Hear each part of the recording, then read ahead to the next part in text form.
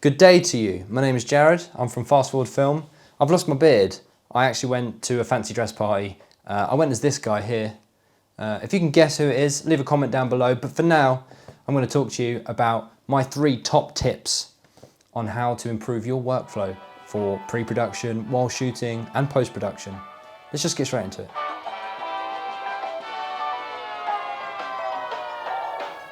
We ride.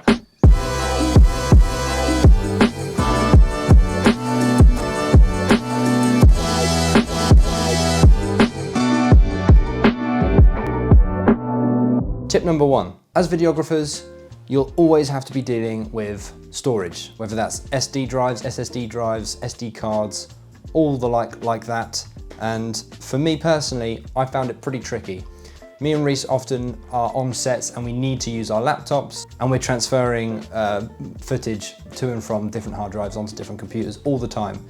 When you're on set and you've got a laptop sat and you're on very tricky terrain or you need to move the laptop, it's pretty scary when you have 3, maybe even 4 hard drives plugged into it to pick it up and move it out of the way. So a solution that I've come up with that really helps with that is Velcro. Here I have my MacBook Pro M1 2020 13-inch and I've obviously got myself a hard case because I'm a bit accident prone and I just can't afford to break this sort of laptop. But on the hard case, you can see that I've put Velcro strips. The reason I've done that is because when you get your hard drive, if you apply the other side of that Velcro strip to the hard drive itself, it very nicely, very snugly sits on the top of your laptop and you can open it and close it and it's really easy, really safe. So obviously one thing with the 2020 MacBook Pro is that it only has USB-C ports and I have a lot of hard drives that are USB only. So obviously I had to get myself an adapter. All I have to do is attach the adapter to the other bit of Velcro, plug that in, and I have myself a really useful little piece. Tip 1.5, I guess. Because I'm a Blackmagic Pocket Cinema camera user, check out our previous video from here, I managed to get myself an SSD drive with the Tilter SSD drive holder. Now this was a bit tricky, obviously in doing the Velcro trick, you can't attach Velcro to the SSD drive itself because it won't fit inside the SSD drive holder. However, what I've managed to do is put a couple of tiny little strips of Velcro right on my SSD drive holder so that when I plug my SSD drive in to the SSD drive holder, it's nice and secure in the holder itself. And then I simply put it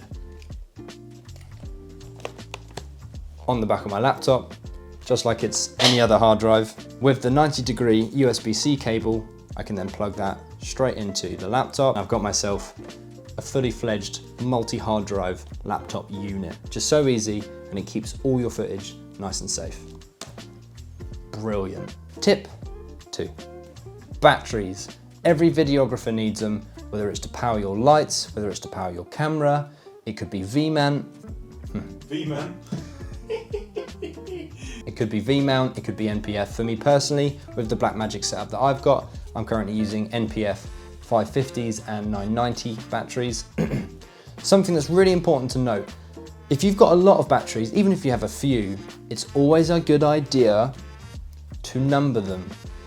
I cannot tell you how many times I've run into the situation where we're on set, I've just had a couple of batteries die on me, I need to run out, switch them out and bring them back.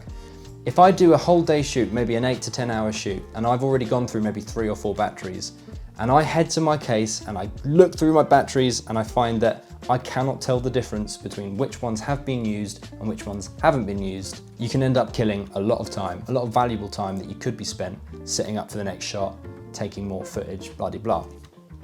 So by numbering them, you can go through the sequence of batteries. So when you charge them all up, you start at 1, you work your way through the batteries, and every time you head to your case, you know which number you're on, because ideally you're bringing that other battery that you've just used, say number 2, you're bringing that from the camera to the case, so I know it's time to pick up battery number 3.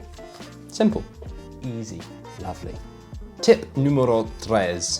So the first couple of tips have been about time saving and safety of storage. This tip deals more with saving money. There's a lot of videos online that suggest really good different ways of doing setups that are nice and cheap, lighting setups that are nice and cheap. One of the things that we found is that it's not actually that cheap to go out and buy a crap ton of cloth to use for diffusion or to use for blackouts. So for instance, if you've got a set where you've got lots of windows and you need 1 or 2 of those windows completely blacked out, spending £7–8 on bed sheets isn't the most ideal thing, especially if they're getting ripped up, cut up in order to fit the small windows or the larger windows, whatever it is. So one thing that we found has worked really, really well in an emergency on set when there's just not enough blackout cloth to use is to get a roll of bin bags. Some really simple, nice and cheap. You can get them for £1, you can get them for £2. And it's as simple as just ripping off a few of the bin bags and duct taping them together so that they cover a window and they do as good a job, if not a better job, at completely blocking out the light. So me and Reese were at a shoot last week where we were shooting in a living room and the back end of the living room was just entirely glass. It was being shot in the middle of the day, but it needed to be night. So all we did was we chucked a few bin bags together, duct taped them together, and it looked completely like nighttime. Simple, easy, quick. Bonus tip. Something that some people tend to overlook is the importance of knowing which shots you've shot and which shots have yet to be filmed. On set, having just a simple sheet of paper with all your shots either written down or printed out is the most important thing, especially for me as a director. If I'm getting through a shoot day and I have anyone come up to me and ask me what we're doing currently, what we have left to do, if it's the client, if it's the actors, I need to be able to give them an answer really quickly. So just having a sheet of paper with the shots that you've already done crossed off and the rest of the shots laid out nice and neatly, it's simple, but it makes all the difference on a set. So just don't forget, if you're going on a shoot day, take a piece of paper with all your shots written down. That way, you won't forget. You won't need to remember. Well, there we go. That's my 3, 4, kind of 5 tips for you today. Hopefully you've enjoyed yourselves. I know I have. I've had a lovely time talking to you guys. If you've enjoyed the video, give us a like, give us a subscribe. As I said before, leave a comment down below about anything you like. Ask us a question. We'd be more than happy to answer it. And until next time, I send my love to you all, and we'll see you very soon. All the best. Arrivederci!